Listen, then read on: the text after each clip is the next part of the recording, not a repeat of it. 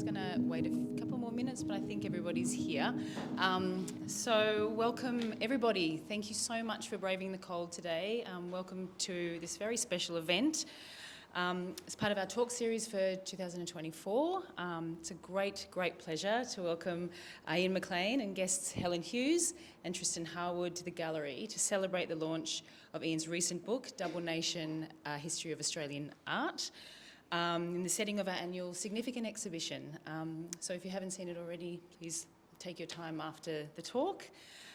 Before I properly introduce our guests, we acknowledge the traditional owners and custodians of this land, the Wiradjuri Wurrung, and the Bunurong and Bunurong peoples, and we pay our respect to the original culture makers, storytellers and educators of the people of the Kulin Nations and their elders, past, present, and those of the future. I just want to introduce Ian McLean, formerly Senior Research Professor of Contemporary Art at the University of Wollongong and the Adjunct Professor at the University of Western Australia. He was among the first generation of art historians to engage with the challenge of Indigenous art. Ian's published extensively on the subject of Australian art, particularly Indigenous and contemporary art, including his book Rattling Spears, A History of Indigenous Australian Art, that was published in 2016. In 2017, Ian became the inaugural Hugh Ramsay Chair of Australian Art History at the University of Melbourne and has recently retired after 7 years fulfilling that role. I'd like to introduce Helen Hughes as well, writer, editor, publisher, co-founder and co-editor of the Melbourne Contemporary Art Journal Discipline. She's a research curator at Monash University Museum. Sorry, I did not read that very well at all. No? I can do it if you like. You can introduce me. Yep. I'm actually a senior lecturer in art history at Monash University and the deputy head of fine art there. I'm sorry, that was my fault, because I did proofread it for you. You say it much better than I do. No, that's fine. And Helen, you say you're an occasional curator? Yes. So Helen's an occasional curator presenting exhibitions at Gertrude Contemporary, which is in Preston now, and in 2016 the co-curator of the Tarawara Biennale. The current research focuses on Australian convict art from the colonial era. Yes, that's good. And I'll introduce Tristen Harwood, an Indigenous writer and cultural critic. He teaches critical and theoretical studies at the Victorian College of Arts. His essays, reviews on art, architecture, literature and film have been published in the New York Times Style Magazine, Art Review, Art Link, Art Monthly Australia, Art in Australasia and many others. And his recent book, which you co-edited and wrote, Variations, A More Diverse Picture of Contemporary Art, was released last year as well. And Tristen's currently undertaking a PhD at RMIT, which looks to understand the historic relationship between incarceration and Indigenous art making. So thank you so much for all being here. I'll hand you over to Ian, who will introduce his book, Double Nation. I'll grab that. You always look a bit more authoritative with a microphone in front of you. Thank you for the invitation and for doing this event. It's a great sort of privilege and pleasure for me. I too would like to acknowledge the Wiradjuri, to the traditional owners of this place, and it's become such an important thing to do now, whether you want to do it or you feel compelled to do, to acknowledge country. And what we want to talk about today is really a symptom of that, I think. And what we want to talk about is the impact of Indigenous art on the idea of Australian art, not so much on Australian art, even though it's had a huge impact on so many Australian artists, but just on the idea of what is Australian art. And it's great. When I was asked to, would you want to do a launch, I thought what I'd really like to do is to do it with two because I've retired. I'd love to do it with two younger writers who are writing about Australian art, and have them part of this conversation, which is really about what is the future of Australian art. And it's been a future, I think, that has been coming, been coming since the 1980s. It's probably been coming for longer than that. But for me, when I first started teaching in the 1980s, it just seemed obvious to me as having just graduated that Indigenous art was the most exciting thing happening in Australia. I wasn't particularly interested in that it was Indigenous. To me, it was just they just seemed to have a lot of excitement in the art as art being made in Australia, and I, of course, was educated in a very Eurocentric art history, and it was a time when Aboriginal Australian art was not Australian art. In fact, that's one of the first things that Bernard Smith said when he wrote about Australian art, and Bernard Smith, in a way, established the whole idea of Australian art. He made that a point that Australian art is not Aboriginal art, so it became the sort of other of Australian art. And as I was teaching, and I had to teach, Australian art, this question really started bothering me. How do I teach Australian art now in the 80s and 90s? And since then, when the most exciting art being made, there's no way of talking about it when you're talking about the history of Australian art, except it's something that's sort of been excluded. And that's really been my life's work, I guess. And so there's two books I've written, Rattling Spears and Double Nation are a response to that. And I was initially asked by a press, a sort of boutique press called Reaction Press in London, to write a book on Indigenous art. And I said, look, what I really want to do is write a book on exactly this. How do we include Indigenous art in the history of Australian art? And they said, no, that won't sell. People are only interested in Indigenous art. And so I wrote, Rattling Spears,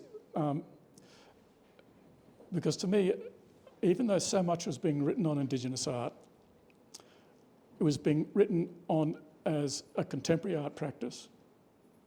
And I'm an art historian, and it seemed to me that no one was really trying to conceive of Indigenous art historically, except for archaeologists and anthropologists who wrote about it in a very different way. Anthropologists weren't really writing about it historically either.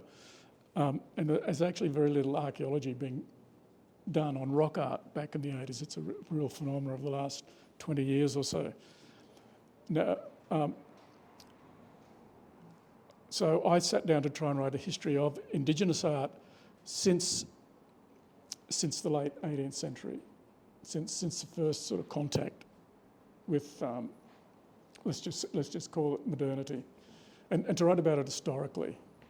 Can we look at art done since then and write about it historically? And so that book sold well, so they asked me, did I want to do another book? So I said, well, I'll do the second side of that story of Australian art.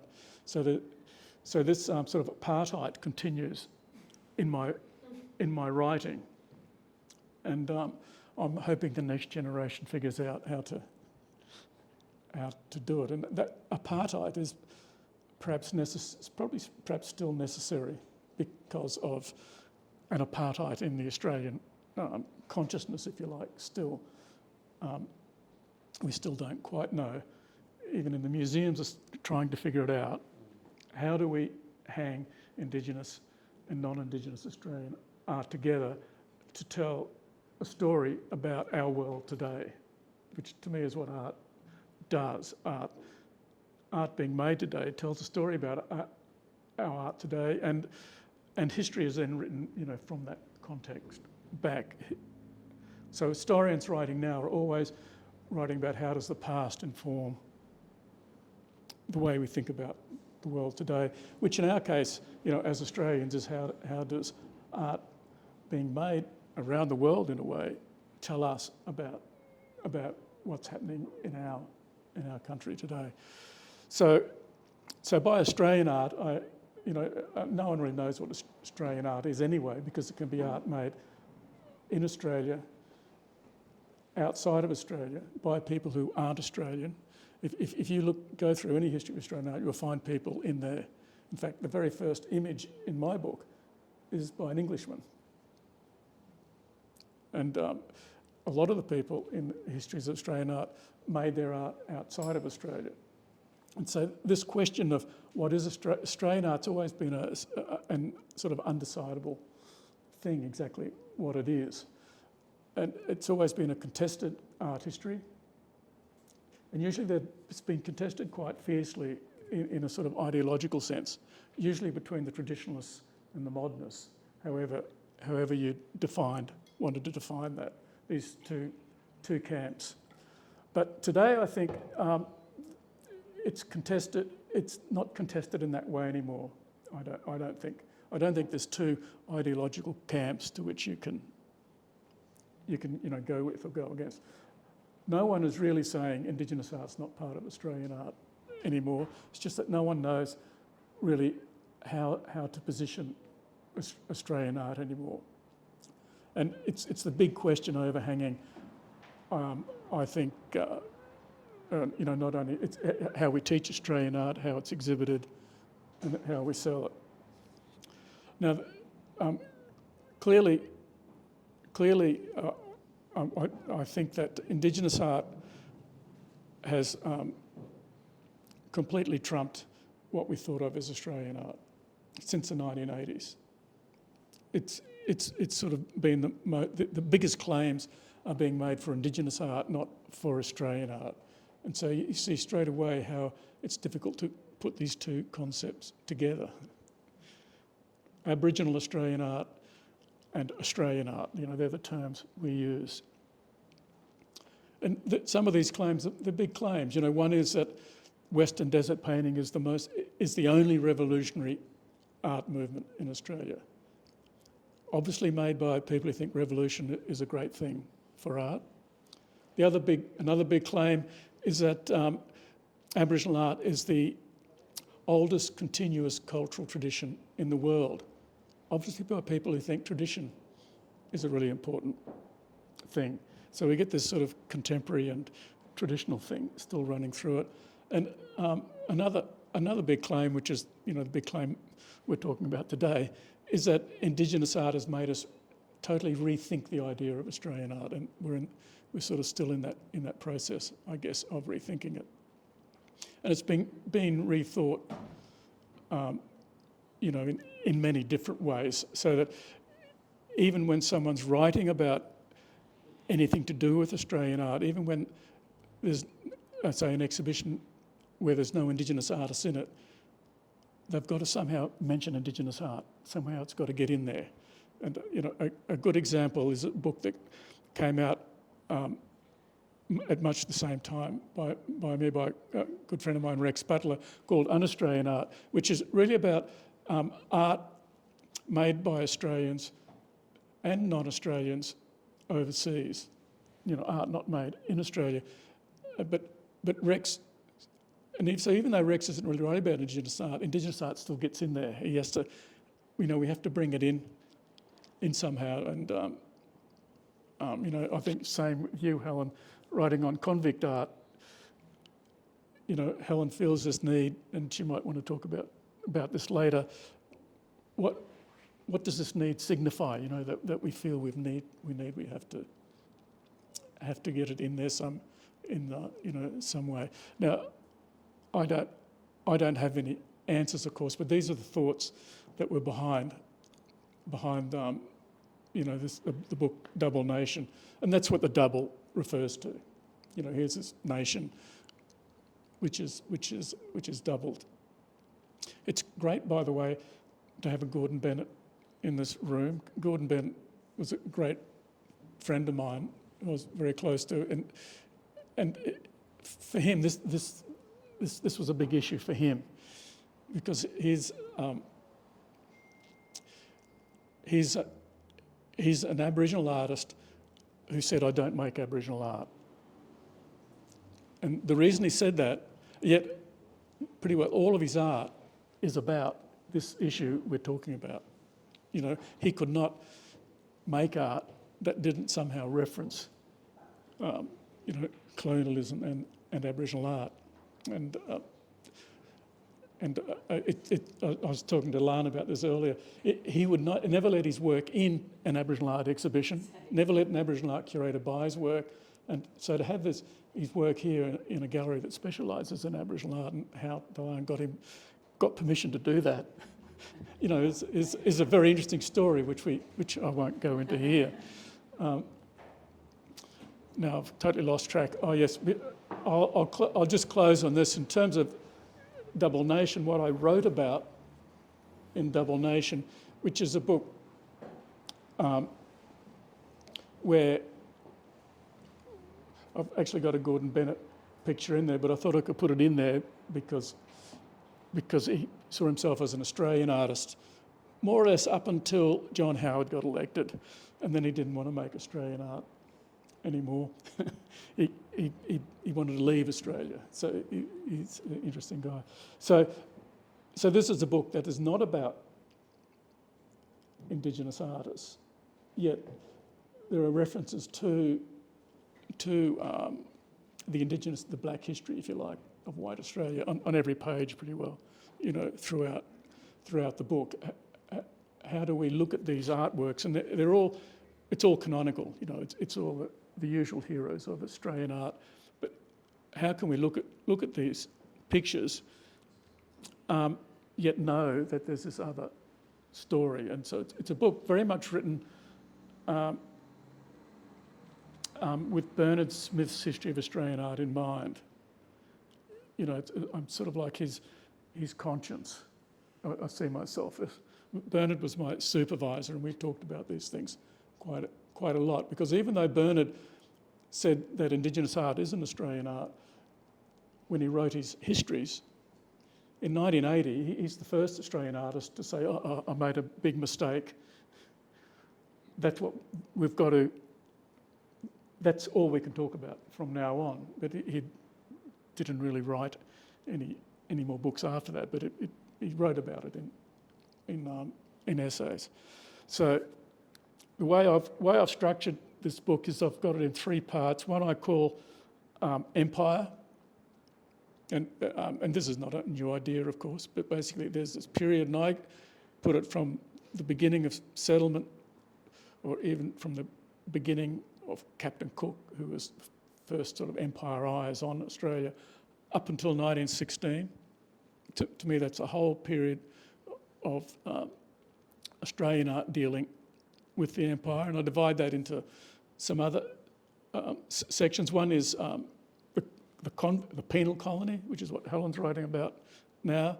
The other I call the nativists, who are the Impressionists, who are the first artists to say we're making Australian art. In the penal colony, they all thought they were making English art, but really it's empire art. And so the nativists are the first post-colonial, the post-settler colonial art, you could call.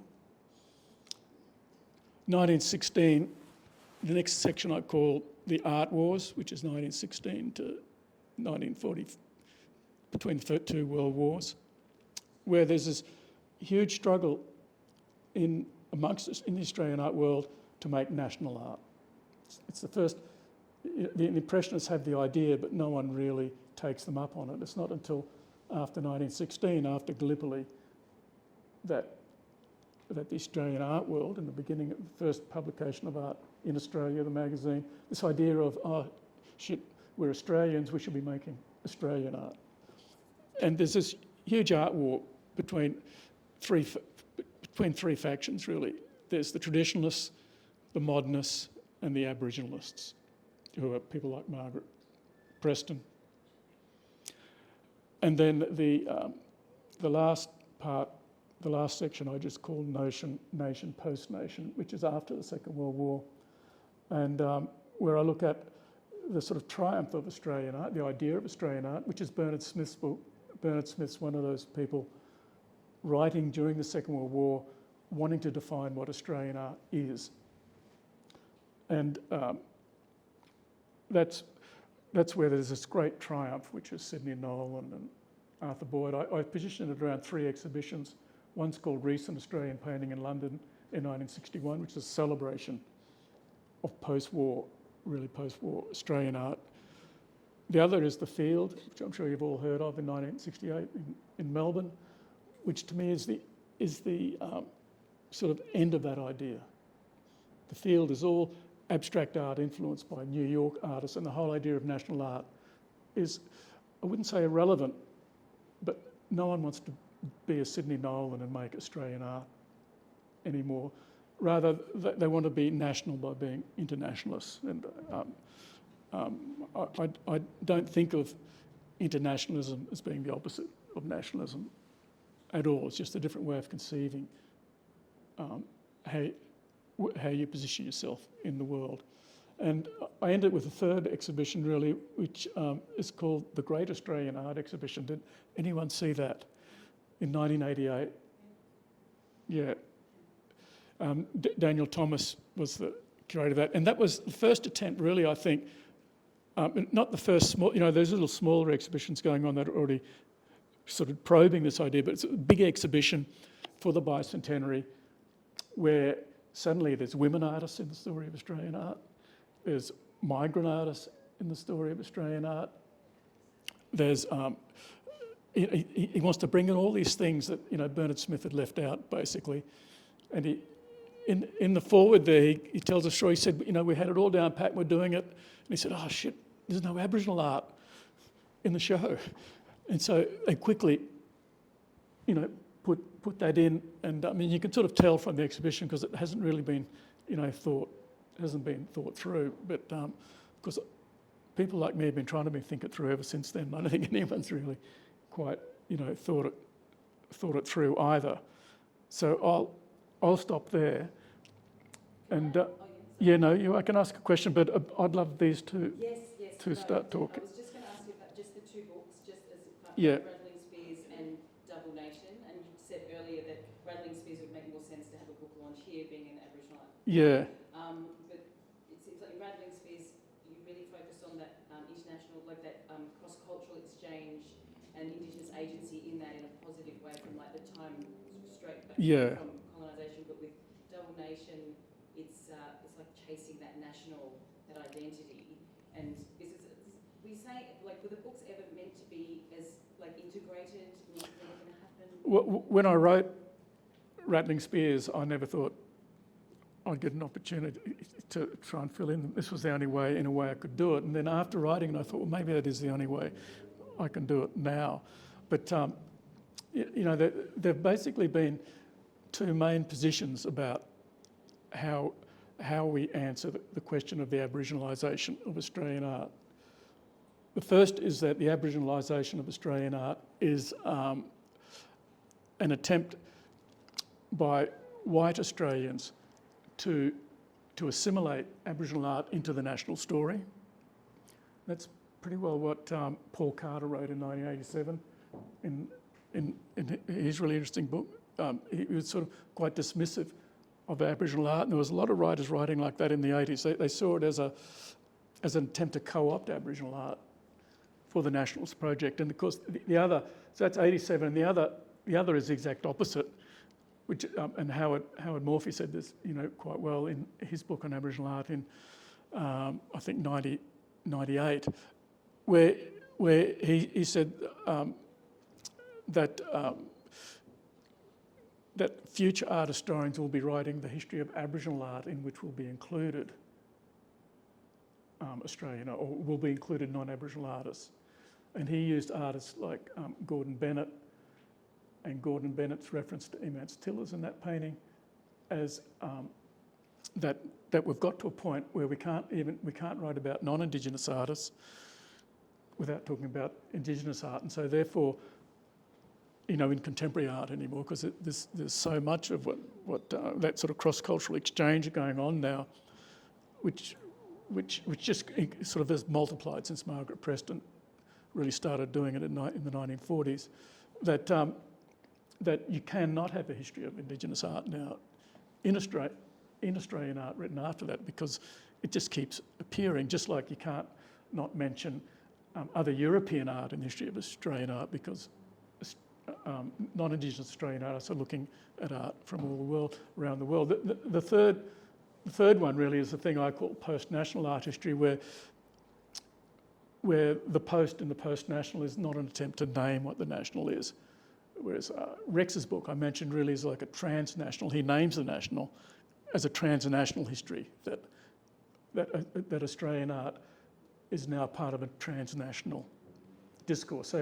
So Rex, for example, famously, in a typical sort of ironic Rex way, has Henry Matisse as a famous Australian artist because he paints gum trees. And he goes around, anyone who paints gum trees means, because that's how way Australia really colonised the world, was through gum tree. It becomes part of the story of Australian art. And there's a sort of perverse logic to that, which we all sort of snigger at. But nevertheless, there is a logic to it, yeah. So the Rattling Spears was about what I called Aboriginal modernism, which to me began in 1790.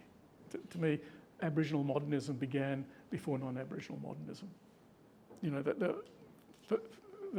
Their art sort of starts becoming more modern before that, yeah. But I want to pass the baton on. What are we doing? Is this like a question time? You can ask questions or talk about, Okay. but it'd be great if you talked a little bit about first, your project on Yes. convict art, Sure. and because that'll segue quite nicely into Tristan's stuff. Yeah. Sounds good. Yeah, so I, for most of my career, which isn't that long, but have written about contemporary Australian art, and I write a lot of art criticism for publications like Art Forum and Memo. But for the last sort of 7 or so years, I've been working on this book about early colonial Australian art made by convicts transported from Britain and Ireland. So sort of looking at that 1788 up until 1868 period. And I suppose it's a bit of a detour for me, obviously, as someone who writes about kind of contemporary art, but a lot of the contemporary artists that I follow most closely and are most interested in, Indigenous and non-Indigenous artists, are working with colonial archives to sort of do their work. So thinking about someone like Julie Gough or Helen Johnson or Tom Nicholson or my colleague Peter Clancy. And so I've sort of gone back to this early colonial period, but with hopefully a very kind of contemporary and critical perspective, sort of like borrowing from my artist peers. And yeah, the other reason why I sort of turned to look at this subject matter was because of my dad becoming like a really hectic family historian and getting very interested in a family history. And so I was sort of reading about all these convicts in my ancestry and sort of just thinking about what it means to be here as a settler art historian, what I should be doing with my time. And so really the point of the book is to think about that early colonial art, like art made in the penal colony by convicts, with a central kind of thread running through it about like a logic of dispossession. And so sort of thinking about how sort of essentially like British working poor were dispossessed through the process of being exiled as convicts here, and then had their labour expropriated to become colonists. Colonists in bondage is a term that it's used sometimes. And then also become direct beneficiaries of the expropriation of Aboriginal land here. So sort of looking at this chain of expropriation that happens, beginning with conviction in Britain and then arriving here on Aboriginal land and participating in the colonisation and being in fact on the absolute frontier of it, as convicts often were, lives that were sort of more expendable than a free settler, so often really at the interface of a lot of that frontier violence. And so yeah, so the project is to look at that sort of originary moment of settler Australian art history through the prism of dispossession and incarceration and that sort of thing. Yeah. And it's very nice to be able to do it side by side Tristen, who can tell you a bit more about his research. Great. I mean, the Gordon Bennett is great having had that in here for me as well, because I think well, for me, I really came to know art through Indigenous art, not just because that's what was around from my family, but because I studied Indigenous studies in my undergraduate degree. And so, it's interesting, like Gordon Bennett and like Tracy Moffat, these Indigenous artists who sort of refused that label were at the same time for me, and I think a generation of Indigenous artists and scholars, like the kind of artists that we held up as like someone to look to.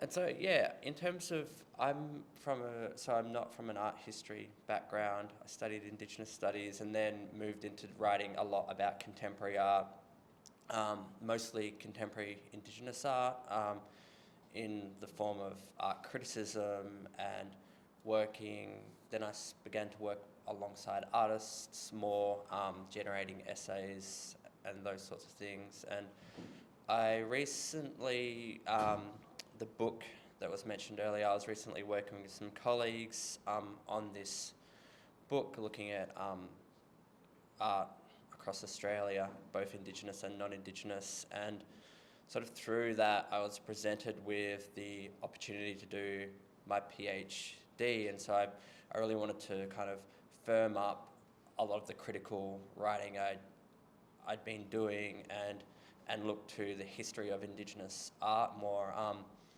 for Indigenous nations, and so I had this idea of like I wanted to write using the tree as a way to tell a story that involved multiple narratives or multiple voices, and so initially that's kind of what I was interested in doing.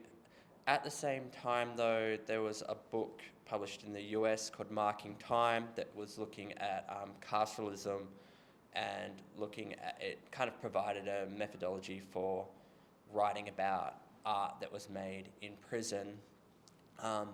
I also had two of my brothers I think one was still in prison and one had just got out, so I was just like, it just really presented itself to me as something that was really close to home. And as I started to do a little bit of research into, I guess, the initial sort of like thinking about the relationship between Indigenous artists and carceralism or the prison system alone, it became really clear that I was going to be able to do this thing where there were multiple narratives, because so many Indigenous artists have been in prison or have been affected by the prison system. Ronald Bull, Kevin Gilbert on the East Coast, Jimmy Pike, Rebel Cooper on the West Coast, Albert Namatjira, of course, yeah, famously. And yeah, I guess so that was sort of the impetus, was to tell these multiple stories. But then I guess it became more and more clear that because colonialism and both the kind of corralling on missions or the incarceration on missions and then later in jails and prisons was foundational to this country and an Indigenous experience, alongside the fact that a number of, I guess, there's been moments in history where significant works, such as like the Dawn of Art, which was shown at the Intercontinental Exhibition, which was made by mostly Larrakia men who were in Fanny Bay jail in the 1800s. And that was really kind of cited as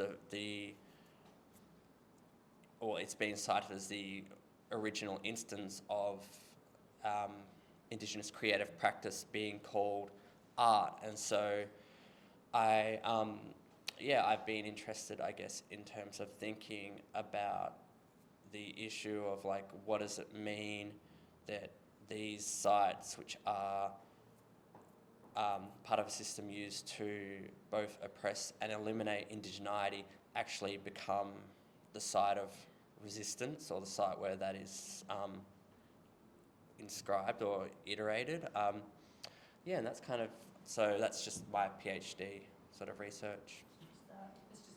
Yeah. Can I ask a question? Yeah. I hope this isn't a bit cheeky of me, but last time when we caught up, you were turning around this phrase that really stuck in my head, which was Australia is the prison.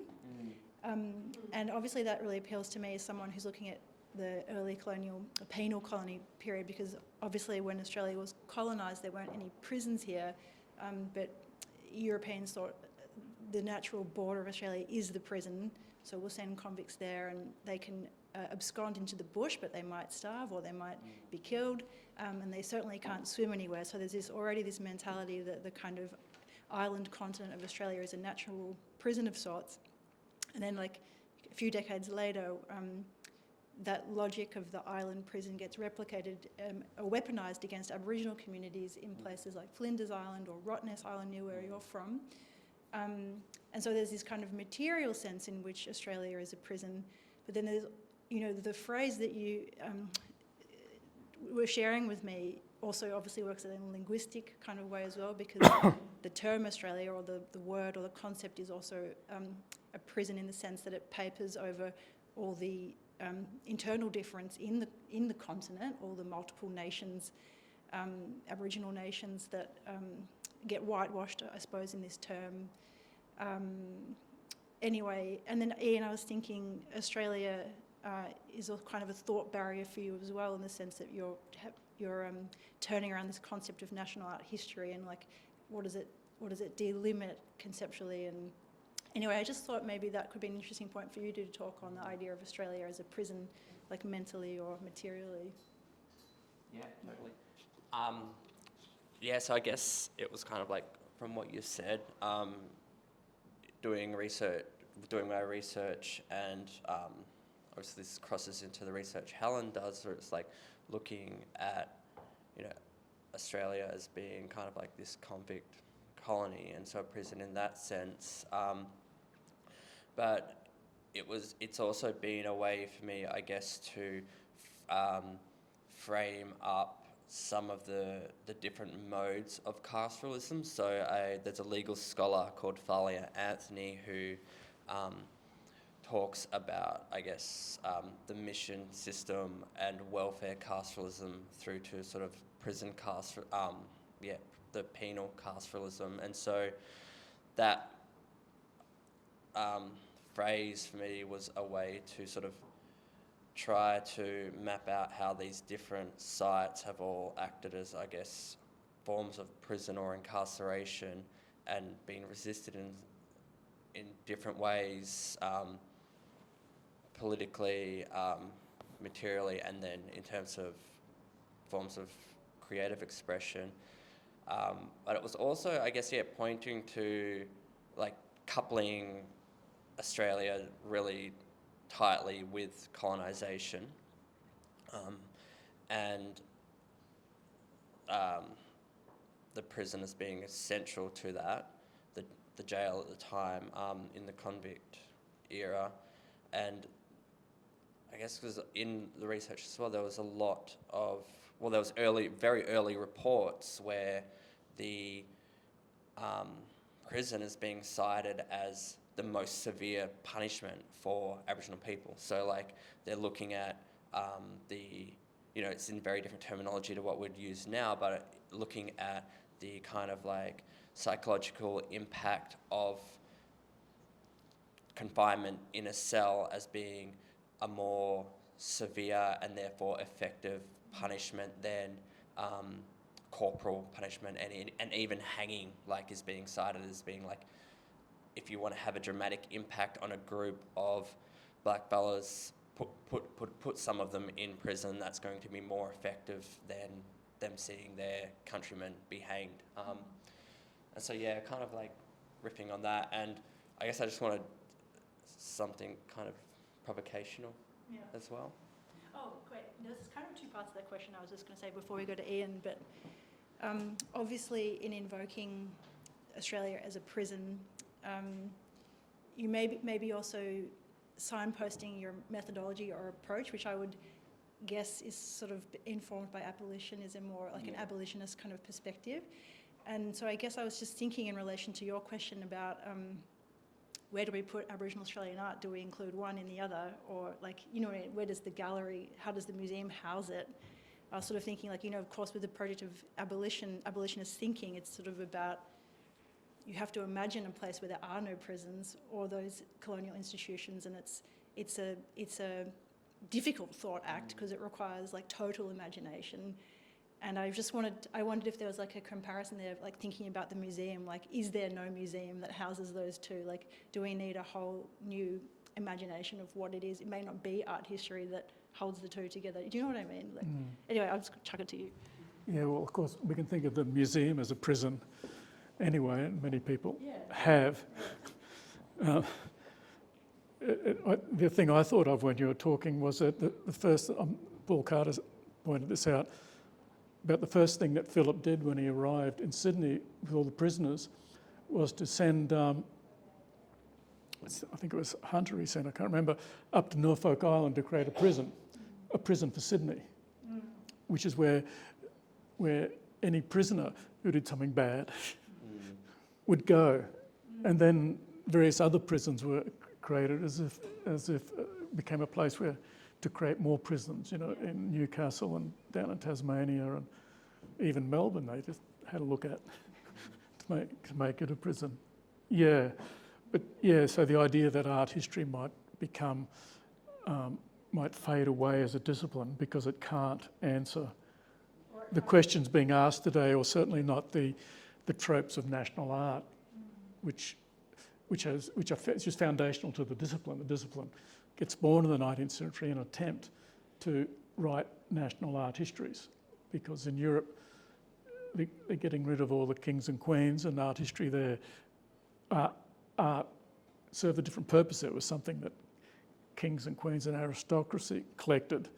But now, once the Louvre gets built, where the king's collection is turned over to the people's collection and the nation's collection, and all these museums start springing up in France, housed with the loot from all the palaces and Napoleon.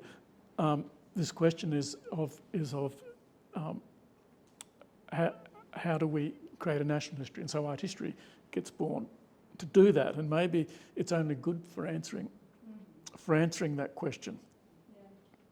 But I'm reading a book at the moment about museums, and interestingly, when they unpacked all this stuff that was in the Royal Collection, there was all this Indigenous stuff, and they didn't know what to do with it because no one really wanted to set up a museum for Indigenous art, because it wasn't civilization, it wasn't culture, and it took until another 50 years or so before this idea thing, we'll invent this thing called the Ethnological Museum.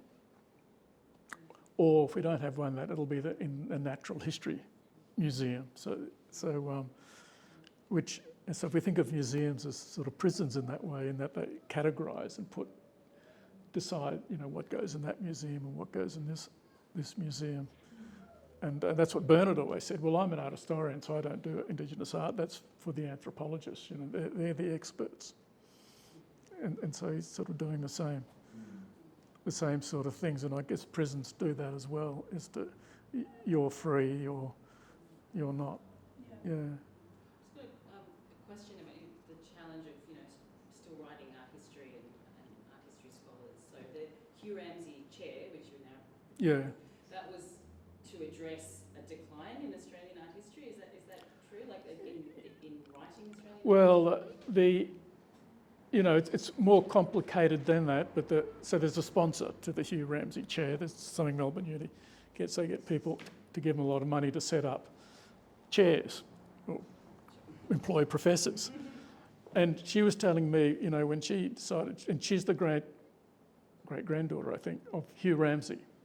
I don't know, he's a little-known artist, but he died at a very young age from TB, at the age of 30, I think, that he caught in Paris. He graduated as a top student from the VCA, went over to Paris, was a hit in Paris.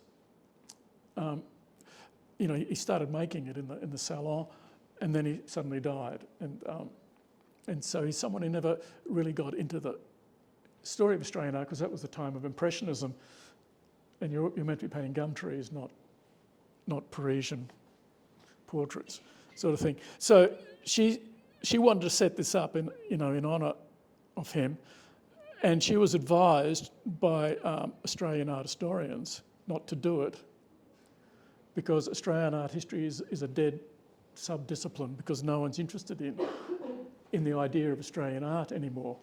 We've all gone global, and Indigenous art's coming up, and that's where the future is. But she did it, and in a way, I probably would have advised her. In fact, I said that when they asked me to apply. I said, "Why are you sitting?"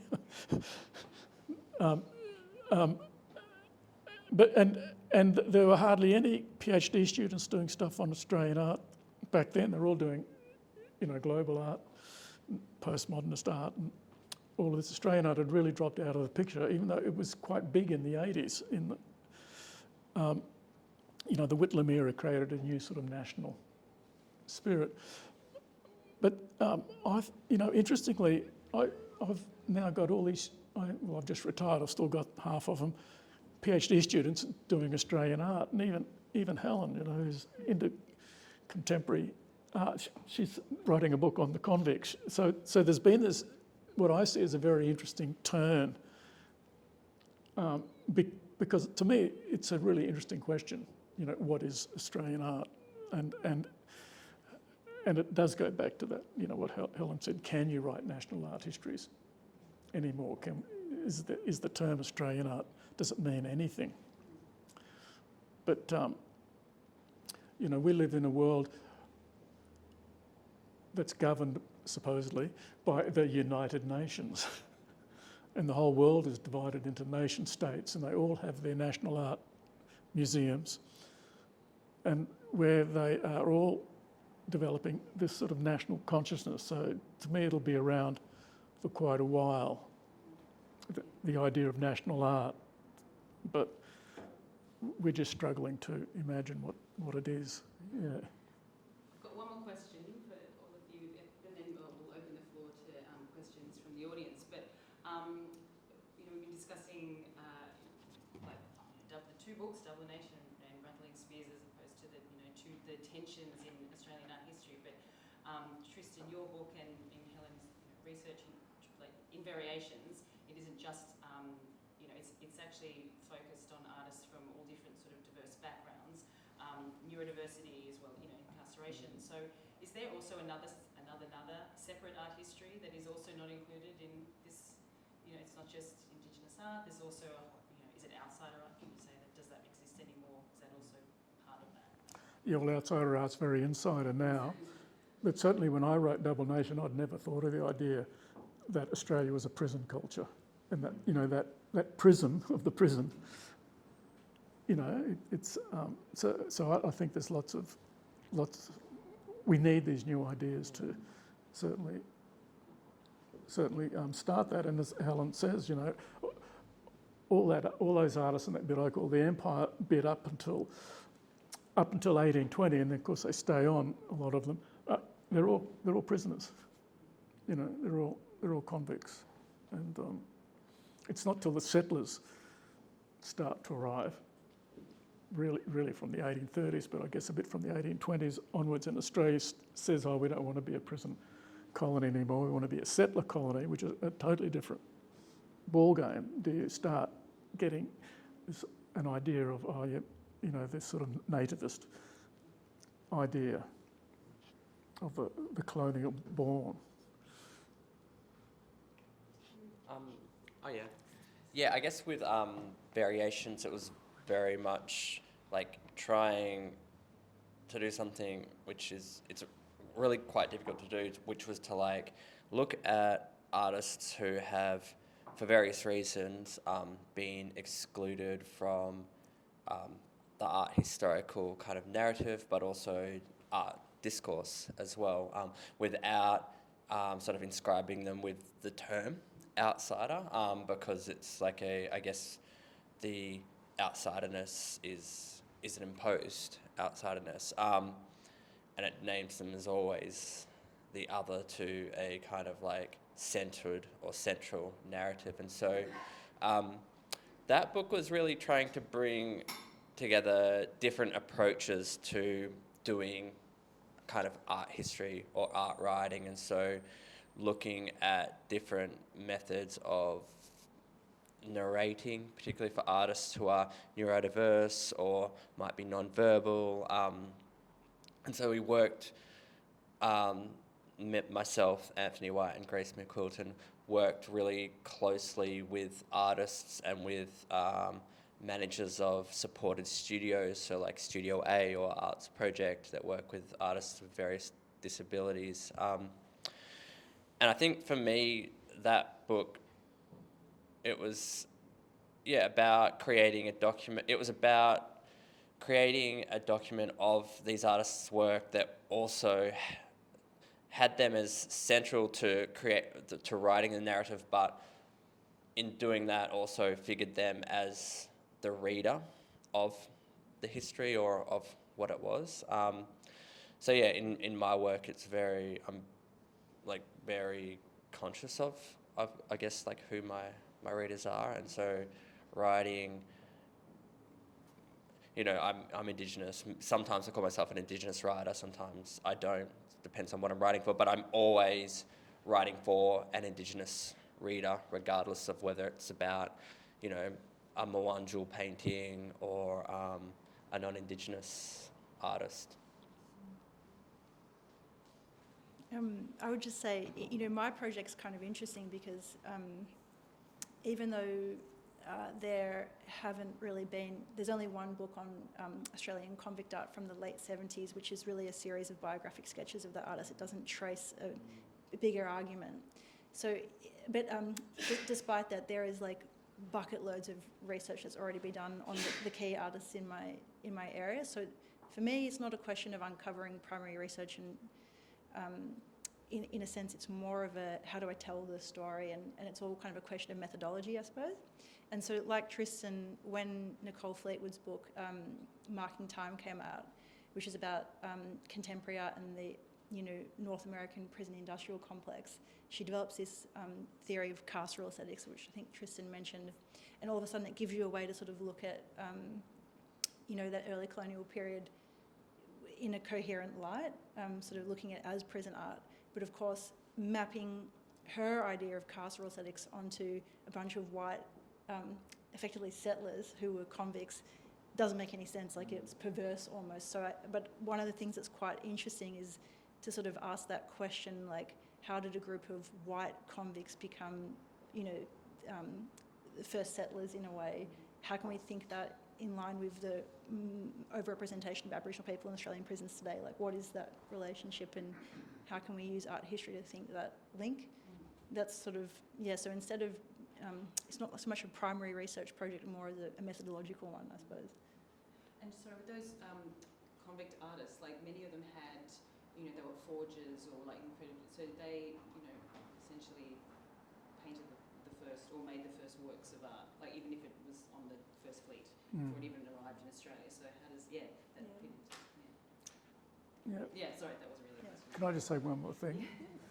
I mean, obviously they weren't very good painters because they got caught forging, but anyway, when I've asked the question to non-Indigenous Australian artists whether they think of themselves as Australian artists, very few really do. But now we're Melbourne-based. Yeah, that's true. I'm a Melbourne artist, or a Sydney artist. But when I've asked the question, and I've only asked it to several Indigenous artists working in remote places, they thought it was a sort of, I got this sense they thought it was a silly question because obviously I'm an Australian artist. In fact, that's the reason they're making the art, to exhibit in art galleries in places like Melbourne, because they want to be seen as Australian artists, and not, and that was sort of Gordon and Tracy's big beef, that what Aboriginal art meant when they went through art schools in the 1980s was some sort of ethnographic, primitive art form. And I suspect that legacy is still there in remote areas. So it's interesting that some of the Yolngu artists I've talked to think of themselves as Australian artists and as a Yolngu artist, but they probably really think of themselves in terms of their clan, their particular clans, not even as Yolngu.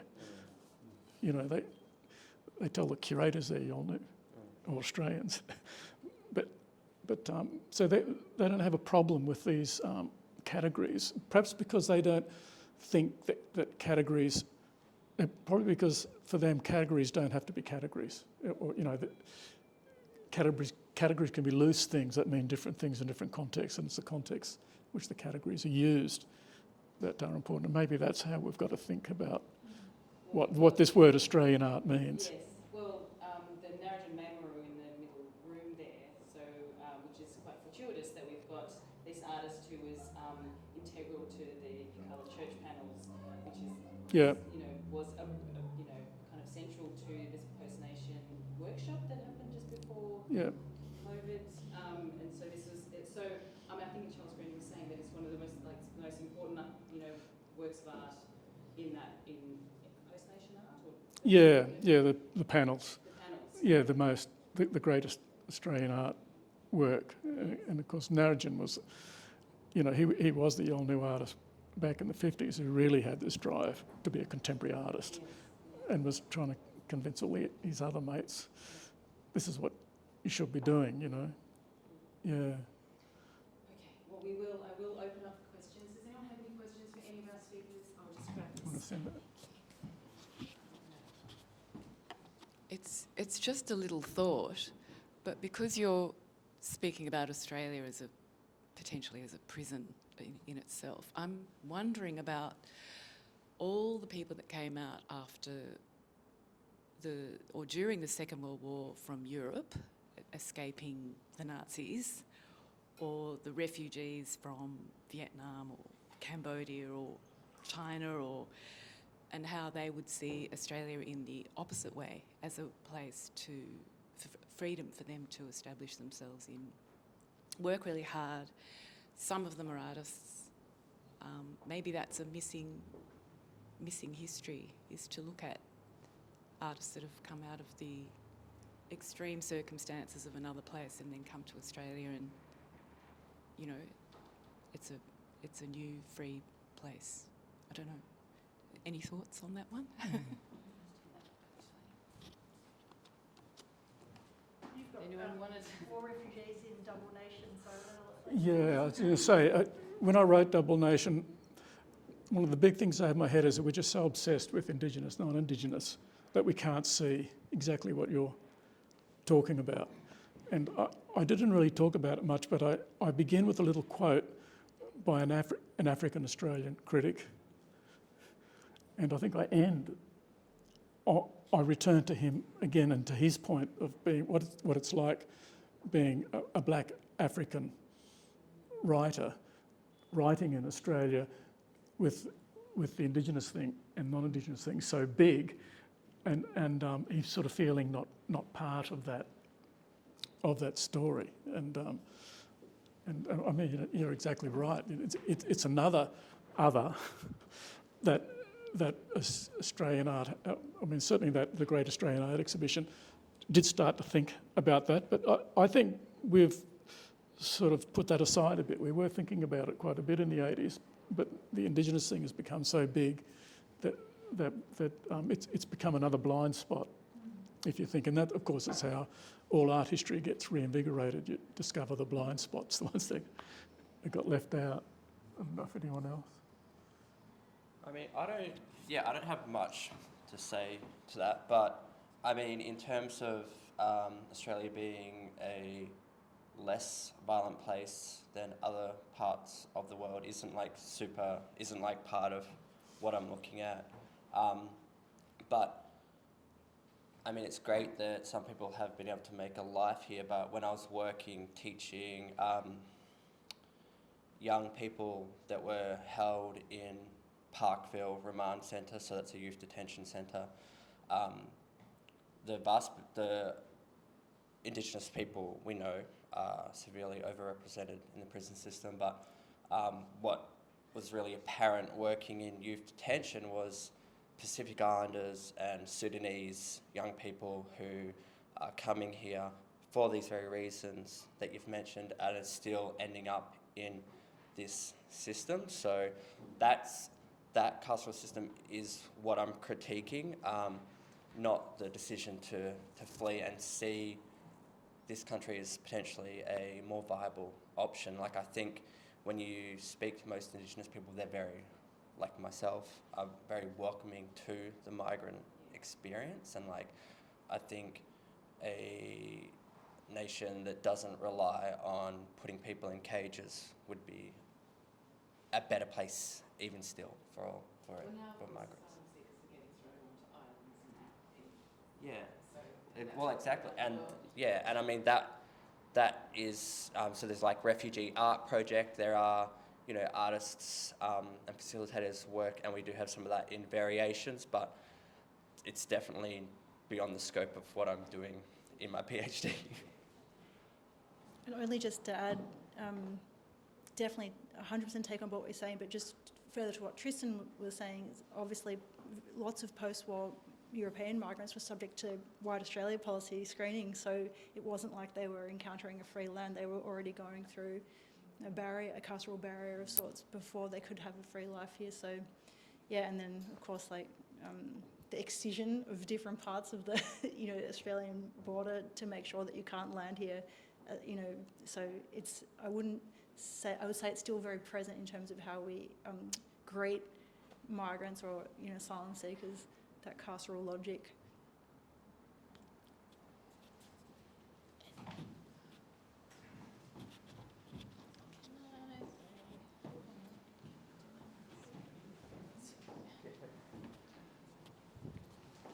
Thank you. I just had a quick question about the way in which First Nations art is spoken about and written about.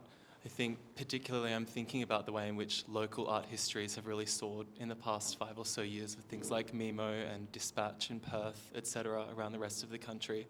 And I've found, since engaging with them, they tend to focus less on First Nations contemporary projects, or in exhibitions where mob are exhibiting, those works are kind of sidelined or not spoken about in much depth. And I'm conscious of the fact that there's a culture around that. I mean, I'm a writer and I feel more inclined to really only talk about First Nations work, considering my status as a black fella, and I feel kind of pigeonholed in that way. And so in terms of that, I feel like galleries tend to have kind of a grip on the way in which contemporary First Nations art is spoken about or exhibited or written about. And I think scholarship maybe inserts itself in some ways there. I mean, Ian, you write about First Nations art a lot, but yeah, in the past couple of years, I feel like there's been less and less critical engagement with contemporary First Nations work, and that means state galleries have a grip on that more so. So I guess the question is, how do we move forward thinking about critically engaging with First Nations practice rather than letting it sit comfortably in a space where it is right now?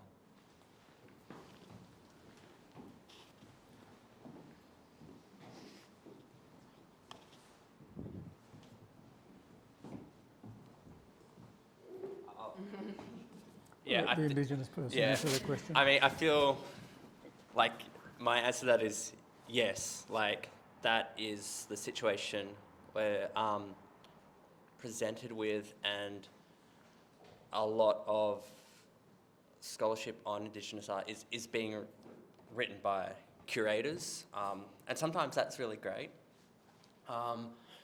In terms of a way forward, like yourself, like I've done a lot of critical writing on Indigenous art, and have had that sit in various different publications, and fortunately, have felt like I haven't had to be pigeonholed, but that is just, you probably feel like this as well. It's like it can feel like you're being pigeonholed because you're Indigenous and the thing you want to write about is Indigenous art. But I would say, like, where there's a publisher and that's all they ever want you to write about, that's not a good relationship to be in. I've been lucky most of the time. In terms of fostering more critical writing, it is a situation where I think because galleries and state institutions more so have a kind of hold, you get a lot more sort of PR style writing, which tends to take the form of celebratory praise, some of it quite anodyne. And then as an Indigenous critic, you're faced with like being the bad cousin or the bad kin, because you're compelled to speak honestly about the work, but that is contrasted to a lot of positive, skimming feedback. And on the flip side, it's like where you've got critical writers in a show, writing about a show with like non-Indigenous and Indigenous or whatever artists skimming the Indigenous work because they either don't feel like they've got the language for it, or they don't feel comfortable critiquing something that is not, that it's made by someone that doesn't have the same position or identity as themselves. But it's really difficult. Like, so yeah, we both work with Mimo, and we published a piece this weekend written by an Indigenous critic, a very kindly speaking critically about a recent program at Rising, and there's already been like resistance to that by a very powerful figure in the Australian art world. So when you have a lot of weight against you, like, it's just, I don't know, I've got no formula for how we get beyond this. I don't know if you do, Ian. No, I don't have a formula, but it's a great question. Yeah, it is. And One more thing to add on to that is thinking about global indigeneity, and I feel like there's less resistance to writing about Pacifica art or African art from people who don't identify with those positionalities. But because I guess the prism that we exist within in Australia, the formula that we have is that binary, Indigenous, non-Indigenous, and that's kind of the way we view art, I guess. So then how do we treat it like we treat everything else, and therefore we only write about what you identify with, which I guess kind of presently happens with First Nations art here, or do we loosen the grip on those things and create a culture where people can comfortably move within and through our identities and engage with things critically that aren't necessarily rooted in subjectivity yeah, and positionality? no, I think you're right about this grip of the binary that's on the Australian consciousness at the moment. It's very, very strong. Gordon Bennett, who we were talking about earlier, used to really worry about that. His reputation depended on him being Indigenous, not on him being an artist, a contemporary artist. And I mean, that was Tracy's thing as well, that he was getting in all these exhibitions just because he was Indigenous. And, I started writing about Indigenous art more by accident. I befriended Gordon when I was doing my PhD, and so I wrote a book. He asked me to write some stuff for him, and he had this thing about he never wanted to be a spokesman for Indigenous anything, and he didn't want to be a spokesman for himself either as an artist, and so he didn't particularly want, because back then there were very few Indigenous scholars, and the reason curators write about it is there's a lot of Indigenous curators now, but there's still hardly any Indigenous art historians. They all want to be artists and curators. They all want the sexy jobs, so that's why there are a lot of curators. And curators, of course, as Tristen said, they're under they have to operate in a different paradigm. But the reason that so many non-Indigenous people now don't want to write about Indigenous art, it wasn't an issue for me at the time, is that they feel this huge pressure of identity politics. And there's also a lot of pushback by some Indigenous curators, especially against non-Indigenous people been writing. So I've been told not to write on Indigenous art. But as well as being told not to do it, you feel there's this huge pressure anyway. And the reasons are good reasons, The reason is that we're trying to get a lot more Indigenous people we want people to be Indigenous art historians. We want to when I say we, I mean the art world, wants to nurture an Indigenous critical voice. It was a bit like feminism back in the 70s as well. That you've got a lot of women artists who didn't want to be in a feminist show because it categorised them or it would pigeonhole them. And so the only answer is, I think, you've just got to give these things time and let it sort out and do things. If you're writing, like Tristen, spread yourself around a bit. Yeah. I didn't mean it like that, Tristen. Yeah, but when are we going to have an Indigenous curator who becomes the director of the gallery, or who is curating American photography, or something like that? Yeah. Thank you so much, all of you. Thank you, Helen and Tristen and Ian, so much for being here today. Thank you for celebrating Ian's book. Thank you for sharing your research focuses. It's so exciting to hear. And thank you all so much. Could everyone join me in thanking our guests for a really wonderful